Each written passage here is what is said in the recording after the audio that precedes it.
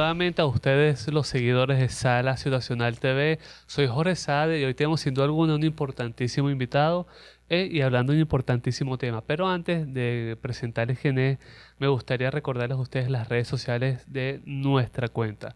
Sin duda alguna son las de Facebook, Instagram y Twitter, pero para mí la más importante sin duda alguna es la de YouTube. Porque en YouTube, ustedes al suscribirse en el canal, ustedes pueden emitir en esa caja de comentarios cualquier opinión, percepción, comentario u observación de lo que ha expuesto nuestro invitado el día de hoy.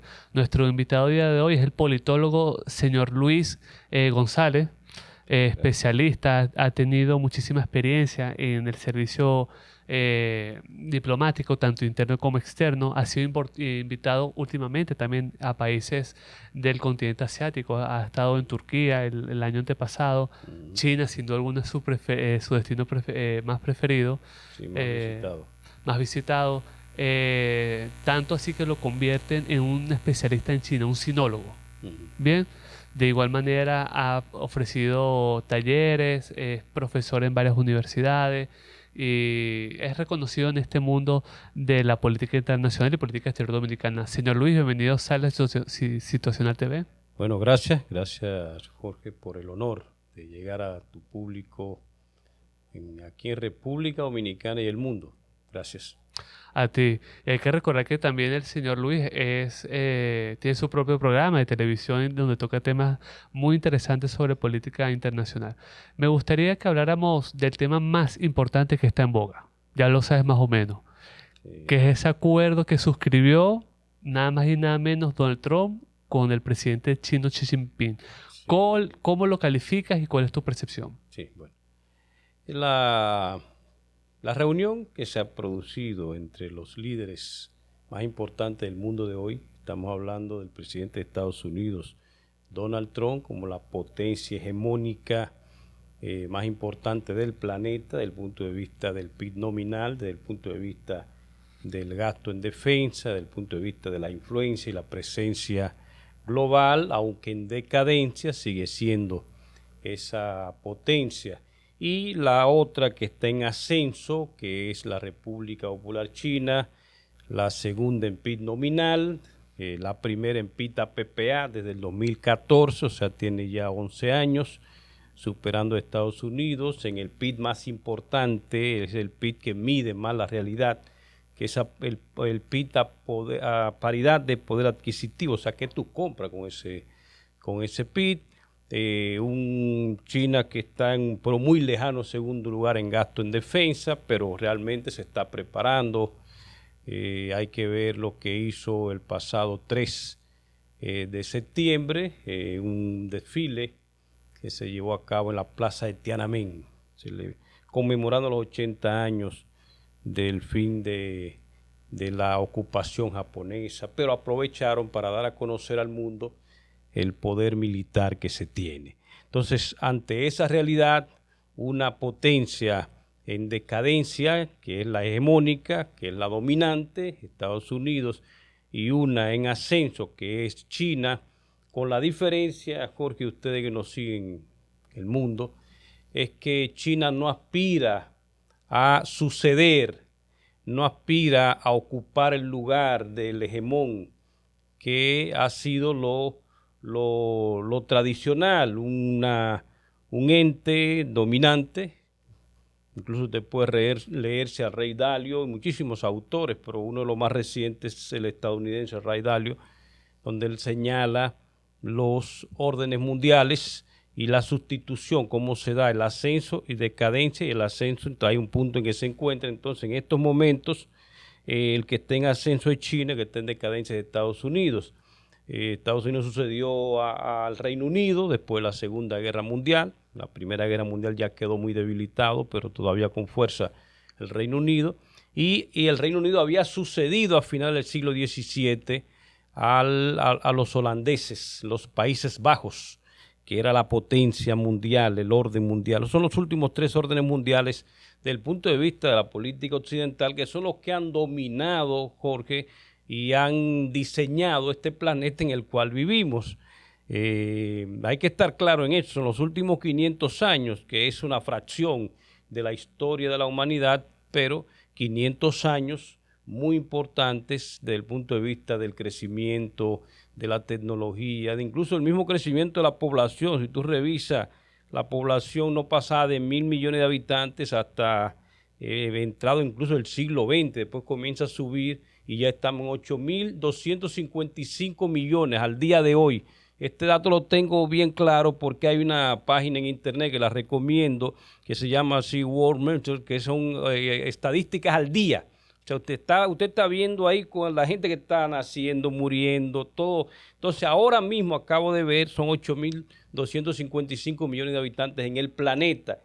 Y ese es un crecimiento que se ha dado en los últimos, sobre todo 60, 70 años. Entonces, en ese sentido, ha ido creciendo China a partir de 1949, cuando se proclama la República Popular China, pero de manera especial, a partir del 18 al 22 de diciembre de 1978, cuando Deng Xiaoping da a conocer la apertura y transformación. Ahí comenzó la nueva era. Incluso le llama la segunda revolución de China. La primera fue la de Mao, que fue más política, más. Entonces vengo al presente. Esa China que está en ascenso, entonces, sin ningún tipo de actitud agresiva, sin significar realmente una amenaza para Estados Unidos militar ni nada, nunca se ha propuesto sustituirlo, pero sucede lo que Tucídides hace 2.500 años, cuando analizó la guerra del Peloponeso entre la Esparta, que estaba en decadencia, que en este caso sería Estados Unidos, y la Atenas, que estaba en ascenso, en este caso sería China, pero claro, en ese sentido, porque hay mucha diferencia. Entonces ahí, por eso hay una expresión que la toma en cuenta, la da a conocer, la hace famosa el pensador, el politólogo estadounidense Graham Allison, en un artículo que publica en el año 2015 y luego lo hace libro. Un artículo no, diríamos que es un taller que él tiene con sus estudiantes de la Universidad de Harvard sobre los órdenes mundiales, sobre las guerras. Entonces él hace un análisis ahí y ahí entonces acuña una expresión, la trampa de Tucídides. ¿Qué significa? Que el hegemón que está en decadencia teme el ascenso del otro. En este caso, Estados Unidos, sin que China realmente represente una amenaza militar ni hablar. Ahora, China tiene la capacidad de defenderse, eso sí, ellos lo saben, por eso que no han podido hacer nada, ni van a hacer. No tiene la capacidad, y lo digo con toda responsabilidad de aquí, no tiene la capacidad Estados Unidos de ganar una guerra convencional a China. Estamos hablando del mayor, el más grande ejército, 1.500 millones de personas y están preparadas para defender. Estados Unidos tiene 347 millones. O sea, hasta en convencional no hay manera. Incluso ya en armas convencionales, Estados Unidos, que se dice la gran potencia, pero dicho sea de paso, el que estudia la guerra se da cuenta que Estados Unidos no ha ganado una sola guerra. Donde quiera que ha entrado ha salido derrotado. Pero volviendo a esto, en lo convencional no hay forma de ganarle, ellos lo saben, y en lo nuclear nadie gana. O sea, una guerra nuclear nadie pierden gana. Todos. Entonces pierden todos. Entonces ahí volvemos a lo que ha pasado, que es la pregunta que me hiciste. Ante esa realidad, la potencia en decadencia, que es Estados Unidos, comenzó a llamar la atención, no fue de Donald Trump. Yo siempre lo he dicho y le digo a la gente, léase el libro La audacia de la esperanza de Barack Obama. En el año 2007 era apenas un precandidato del Partido Demócrata y publicó su libro, se hizo famoso, lo compararon, le decían el John F. Kennedy negro, todas esas cosas. Obama dijo, miren a China, ya está invirtiendo más que nosotros en investigación y desarrollo.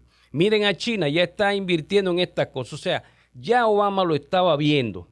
Pero no es que China representaba una amenaza porque te amenaza militarmente. Sencillamente China tiene, desde que la República Popular China, desde que se proclamó, organizado. Todo lo que China hace es organizado. La mejor manera de fracasar es no planificar. El que no planifica ya está planificando su decadencia.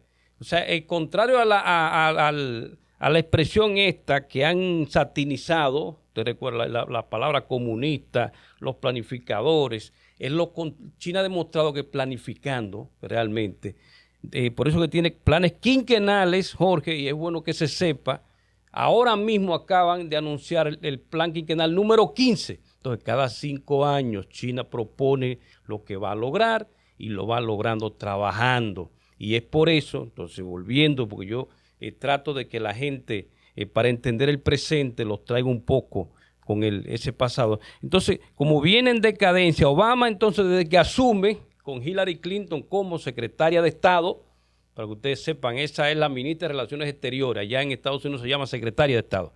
Entonces, por eso se llama doctrina Obama. Sacaron a Estados Unidos incluso hasta de Medio Oriente y se fueron hacia el Pacífico, porque ahí era que estaba, según ellos, al que había que contener, que era China. No es una amenaza militar ni nada, pero está en ascenso.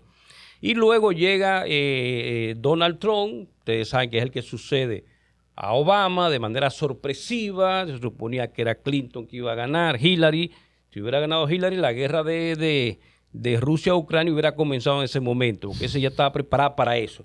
Los demócratas están en eso. Entonces, pero como ganó Donald Trump con una visión diferente, se enfocó en eso, que es el tema que nos ocupa. Se enfocó en que China. Esa era la palabra más bella de Donald Trump en su campaña.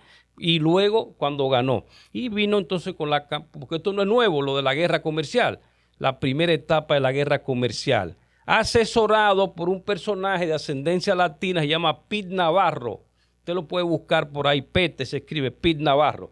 Pete Navarro le ha dicho a él que con eso de los aranceles vamos a traer toda la producción de nuevo y que vamos a recibir mucho dinero. Pero Pete Navarro se supone que es inteligente, ha escrito varios libros, no es un estulto, aunque Elon Musk le dijo estúpido. O sea que Elon Musk no tiene pelos en la lengua, eso es lo que es un estúpido. Y el presidente le va a ir mal siguiéndolo a él. Pete Navarro parece que no entiende que los aranceles son impuestos internos indirectos. Porque al final, cuando tú pagas, y tú que eres un importador, porque al final lo pagas tú como importador, o se lo dividen entre las dos partes, el que te lo está vendiendo en el otro país, pero al final, ¿a quién se lo carga? Es al consumidor final. Si esta copa hecha en China, aquí le pone un arancel de un 20%, y tú eres el importador y yo soy el que estoy en China vendiendo, nos dividimos la carga y tú se lo vas a cargar al producto.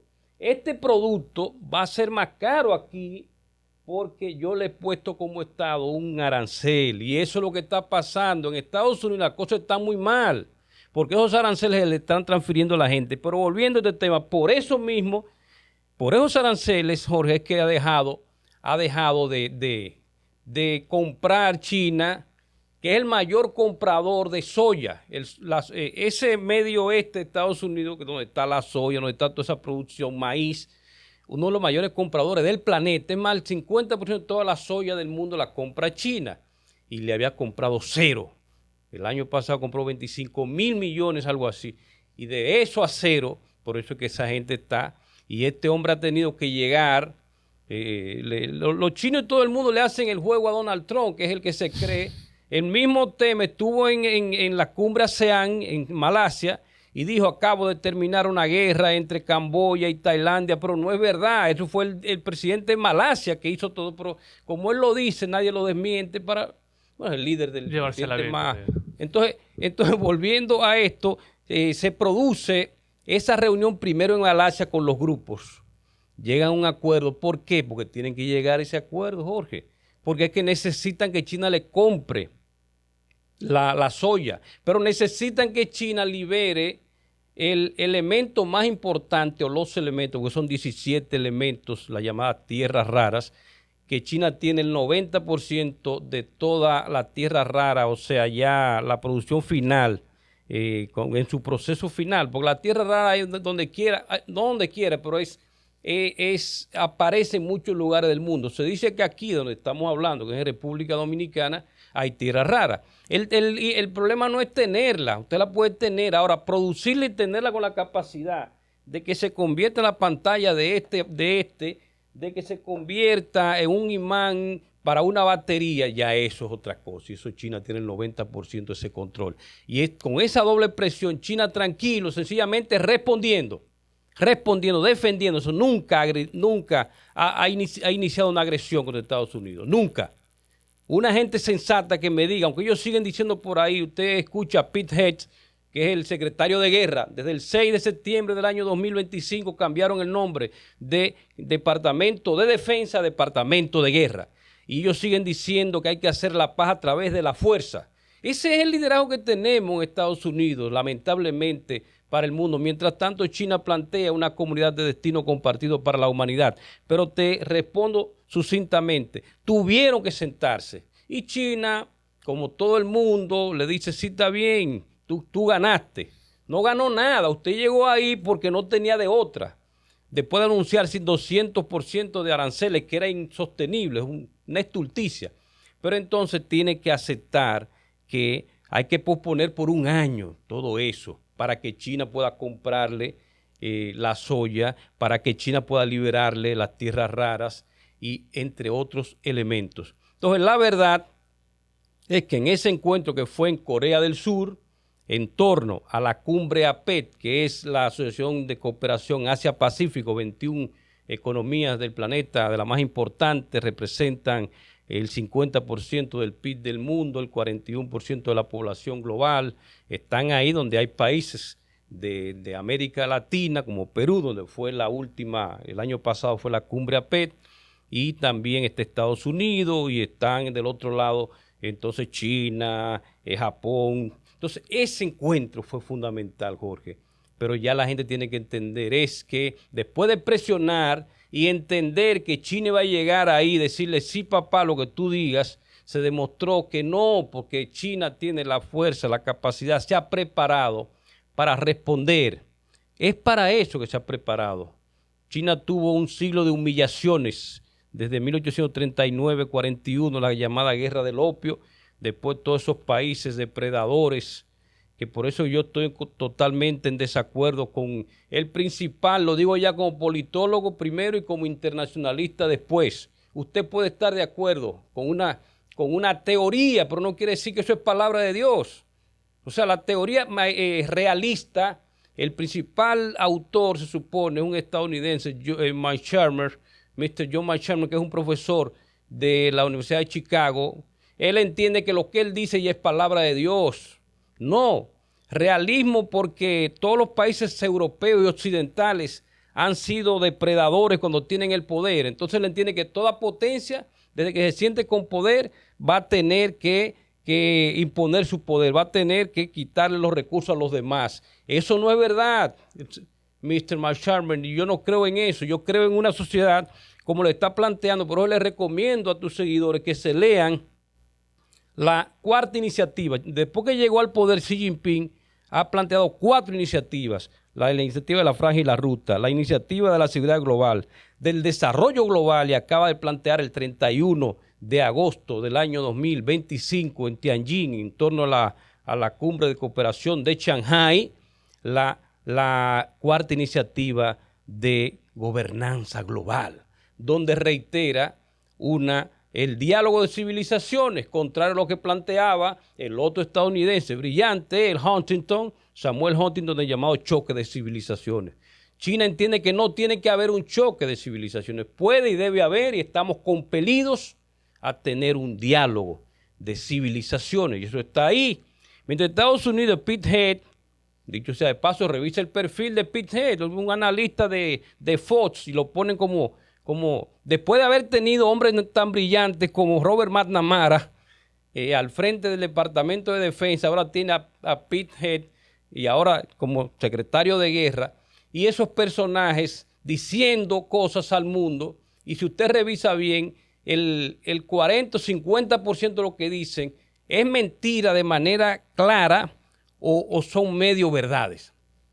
Usted tiene, como decía otro pensador inglés, Bertrand Russell, usted tiene que ir a los hechos, y los hechos están ahí, usted lo puede observar de diferentes puntos de vista, como también decía Albert Einstein, o sea, depende del punto de vista del observador. En síntesis te puedo decir, eso ha sido positivo, porque ya por lo menos por el momento se liman las asperezas, y entiendo que las dos potencias, según las expresiones de Donald Trump, Jorge, y del presidente Xi Jinping, que se conocen hace mucho tiempo, yo creo que podríamos avanzar hacia una era por lo menos de distensión por este tipo, por un año, para bien de los mismos Estados Unidos, que lo que tiene son problemas internos.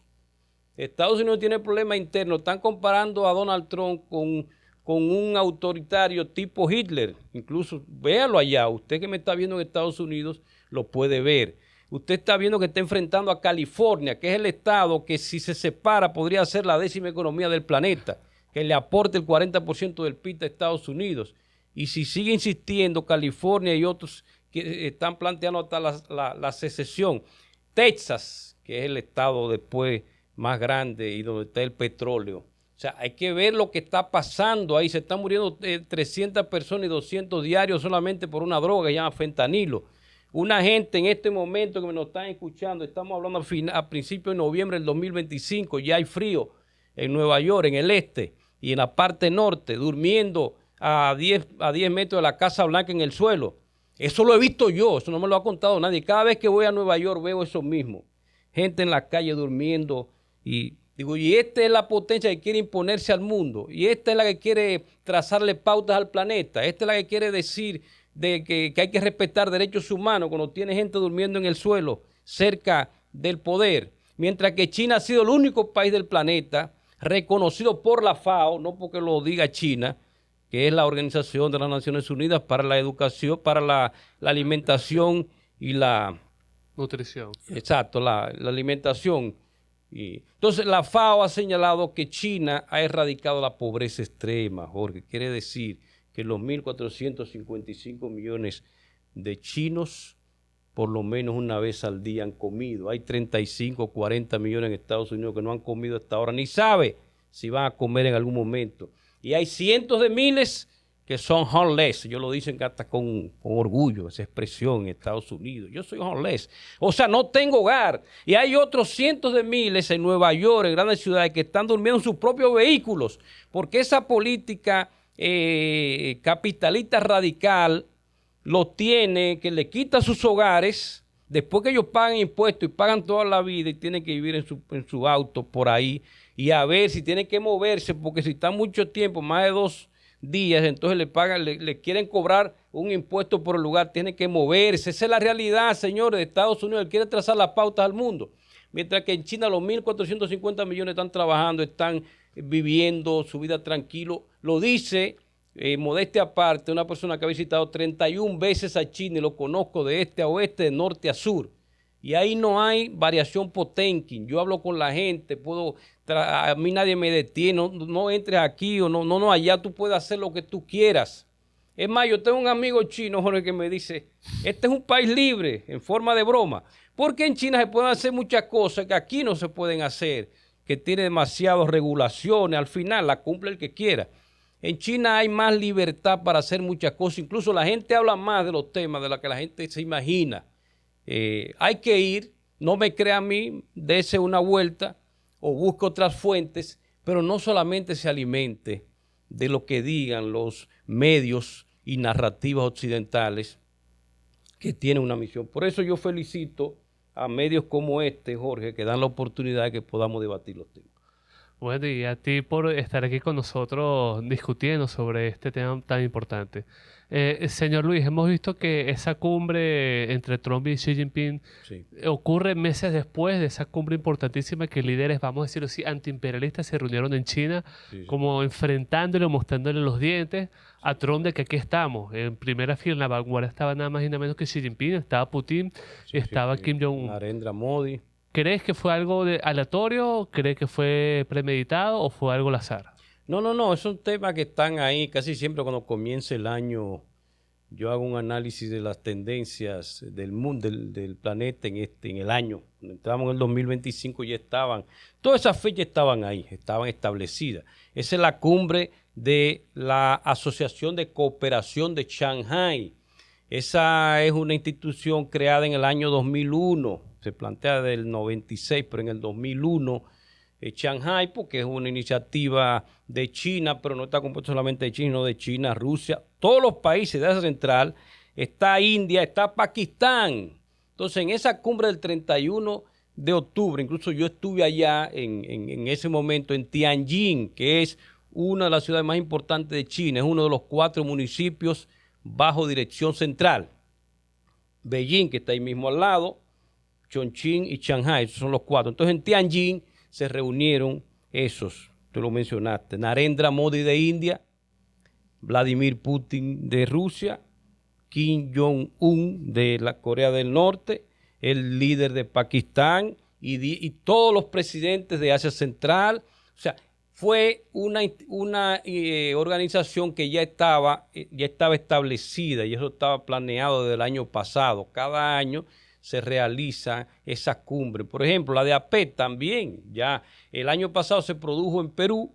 Tú recuerdas que ahí se inauguró el puerto de Chancay, el puerto de toda América más avanzado en tecnología que hay. Ni siquiera Estados Unidos tiene un puerto como el que se inauguró en Perú, en Chancay, precisamente en torno a la cumbre APEC del año 2024. Para el año 2026, ahora acaba de entregar el presidente de Corea del Sur, diríamos, la batuta al presidente Xi Jinping. La próxima cumbre APEC será en China, en el año en Shenzhen. Shenzhen, para que la gente entienda, ahí fue que comenzó la transformación y la apertura.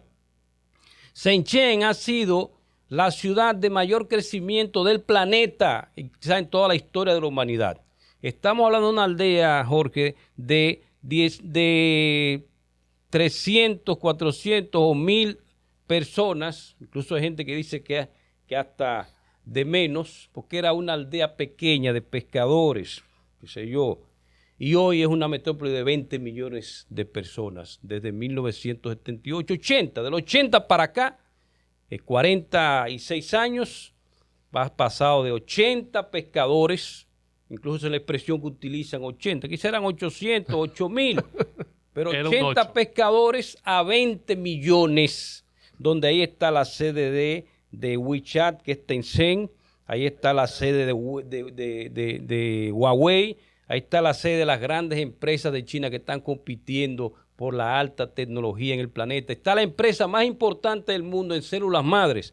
O sea, la medicina del futuro ya China la tiene ahí. O sea, la gente nace, Jorge, ahora, y le leen desde que nace la tendencia a todas las enfermedades y todo. O sea, ya la medicina es personalizada. Ya eso, digamos, dar una aspirina no, se va a ver la tendencia, si va a tener cáncer, si va a tener esto, todo, porque gran parte de las enfermedades son genéticas.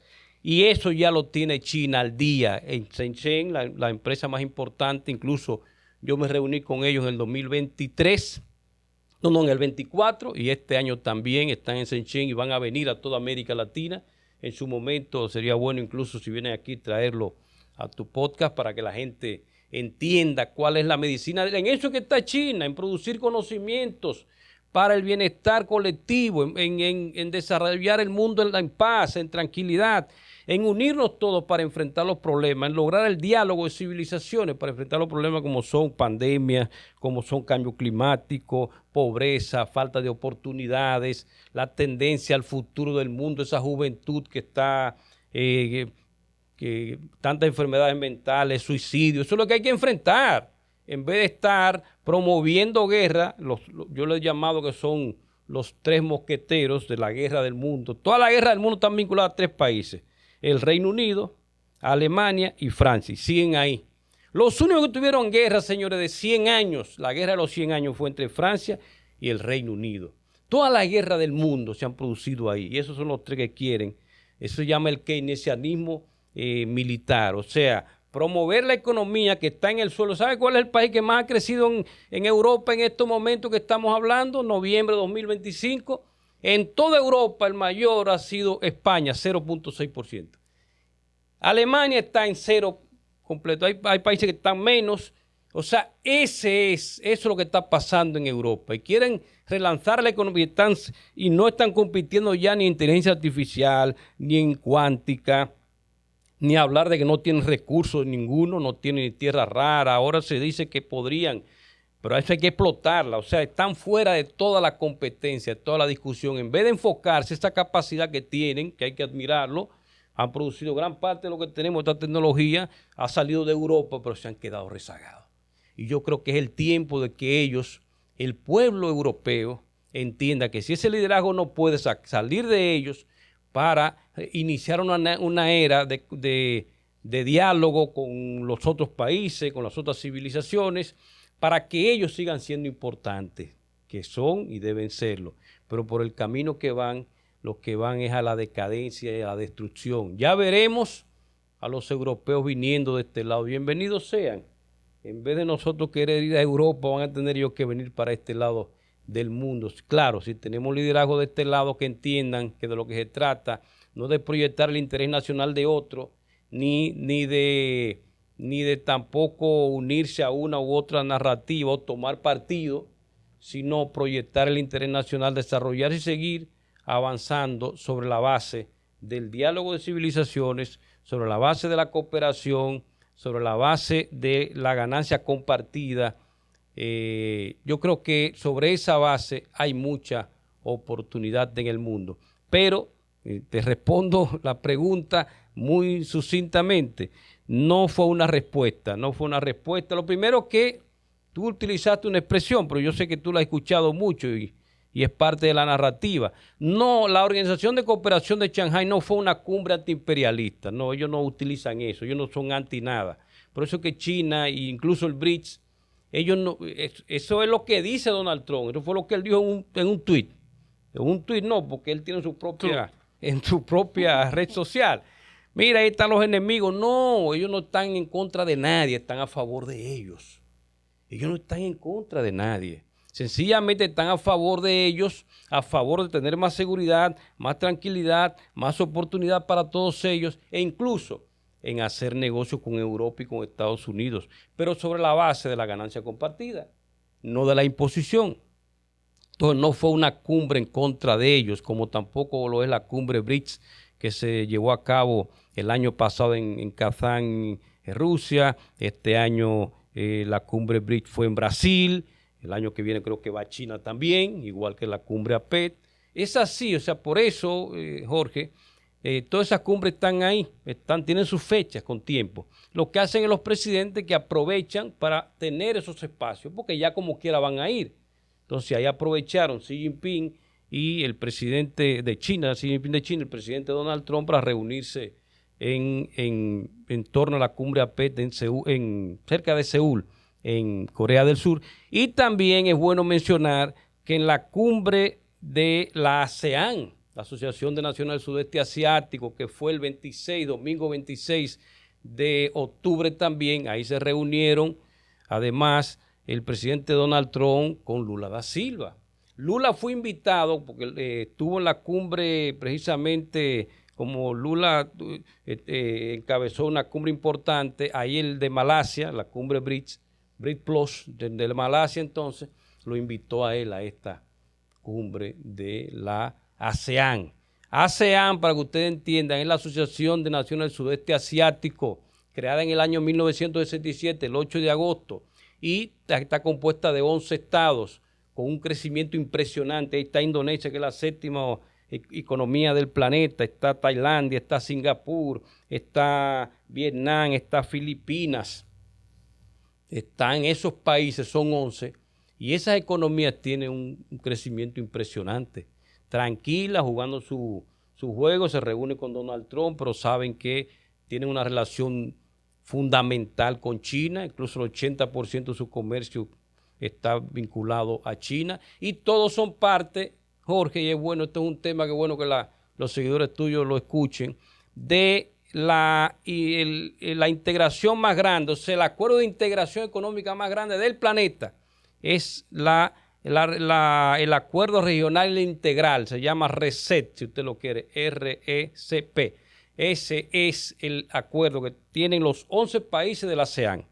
Tiene a China, tiene a Japón, tiene a Corea, tiene a Australia y tiene a Nueva Zelanda. O sea, están todas esas economías en ese acuerdo que lo que busca es tener mínimo el 90% de todo libre de aranceles entre ellos y enfrentar naturalmente un arancel común contra los demás. O sea que todo eso de que Donald Trump quiere entrar con aranceles, ahí ya se va a encontrar con que ellos tienen un acuerdo. O sea, si tú me le pones un arancel a uno de estos países, nosotros te vamos a responder como bloque, y estamos hablando que no es cualquier bloque, donde están unos aliados estratégicos de Estados Unidos como son Japón y Corea también. Ya para cerrar, señor Luis, nos gustaría, o particularmente yo siempre me he presentado como que la duda de cómo en un conglomerado como los BRICS Sí, convergen países como lo es China e India, a pesar de que ha habido escaramuzas entre ambos hay una países. diferencia. ¿Crees que es contradictorio la presencia de estos dos hegemones dentro de ese mundo BRICS? No, no, no, no es contradictorio, eso es al contrario, eso lo que envía un mensaje que de lo que se trata es del diálogo de civilizaciones, que de lo que se trata es de respeto por las diferencias, del pluralismo, de la tolerancia, de que el hecho de que tengamos forma de pensar diferente y hasta de definir las formas de gobierno. Por ejemplo, aquí podemos sentarnos, ya eso será otro programa. Por ejemplo, para mí, y yo se lo demuestro a cualquiera, pero para eso necesitamos tiempo para explicarle, y más a una gente que de lo que nos están escuchando, el 99% tiene dentro de su cabeza la narrativa occidental y entiende que democracia es elecciones cada 4 años, aunque lo pague el narcotráfico, aunque sean las élites, que realmente lo que hay es plutocracia. China es más democracia que todos esos países, pero eso ya es para otro tema. ¿Por qué? Porque democracia, en la definición, no la definición china ni india, ni de Irán, que son las grandes civilizaciones, la persa, que Irán es Persia. No, en la definición de la cuna del conocimiento occidental, que es Grecia, democrato significa poder del pueblo. Usted me puede inventar cualquier otra cosa, que era fácil para que la gente hable mucho, que la gente pueda criticar los gobiernos, que hable. No, no, no. Es democracia, es poder del pueblo. Y si hay un lugar del planeta donde el poder realmente radica en el pueblo, es en China. China tiene un partido que tiene 102 millones de miembros. La gente participa. Para usted ser, entonces, no es una democracia cualquiera, Jorge, es una democracia con el concepto más importante que lo han querido adoptar aquí en Occidente y no han llegado ahí todavía, que es el de la meritocracia. Ese Xi Jinping que estuve ahí, después de pasar 40 años sirviendo en la parte más baja, limpiando cosas con el pueblo, fue que llegó ahí. Ahí no se llega como cualquiera. Entonces usted dice, yo prefiero un sistema donde yo, aunque sea un analfabeto, un narcotraficante, pago una campaña donde me apoya una élite que son los que quieren promover que se venda esto, es agua, aunque sabemos que está contaminada, pero me la está pagando el que me está pagando la campaña. Entonces, eso no sucede en China. En China es meritocracia, servicio, y es el mismo pueblo que te elige. Por eso yo digo que es una democracia, señores. Pasa que volviendo a esto, eso, y es la pregunta que me hiciste, eso es lo que explica que ahí pueden estar India, China, que tienen sus problemas por un tema limítrofe allá arriba. En Cachemira.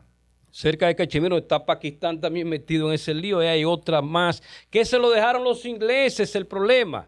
Y voy a terminar con esto. Busque todos los conflictos del mundo de hoy. Ahí está las manos de los ingleses y los franceses. Esos son los responsables de todos.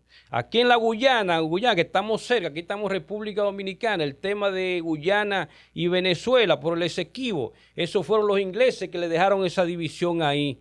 Incluso se dice que compraron como era una colonia inglesa. Aquí hay 3 Guyanas, había la Guyana francesa, la Guyana inglesa y la Guyana holandesa. La holandesa se convierte en Surinam, la inglesa se convierte en Guyana, pero con esa división territorial que fue bajo la compra de una sentencia en una institución internacional, después lo voy a explicar en otro programa, y luego está la Guyana francesa, que sigue siendo un territorio francés de ultramar. Ese problema lo dejaron ahí entre 2 países soberanos, que son Guyana y Venezuela. Si usted va a todo el Oriente Medio, los palestinos, los israelíes se están matando porque por el acuerdo Sykes-Picot entre ingleses y franceses le prometieron lo mismo a los dos. Lo tienen peleando ahí. Cuando eran parte del Imperio Otomano no peleaba nada porque no había esa irresponsabilidad del liderazgo inglés. Donde quiera que haya una guerra, entonces eso pasa entre India y China. Es que un personaje inglés, estando en su oficina en Londres, trazó unas fronteras entre India y China sin preguntarle a nadie, sin verificar si los pueblos estaban de acuerdo, y esa es la que tiene el problema fundamental entre India y China. Pero yo entiendo, Jorge, que se van a poner de acuerdo. Tú lo viste, Narendra Modi estuvo en la Organización de Cooperación de Shanghái, estuvo ahí y ya están Primera vez en más de 6 o 7 años que un líder indio visita a China. Narendra Modi estuvo ahí.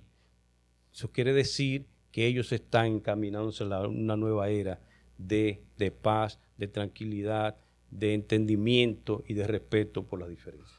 Bueno, no me queda más nada sino despedirme de ustedes, pero antes de ponerle fin a nuestro programa, me gustaría, señor Luis, que en las cámaras expusiera sus redes sociales, donde lo podemos contactar y sobre todo también la invitación a su programa, a nuestros seguidores.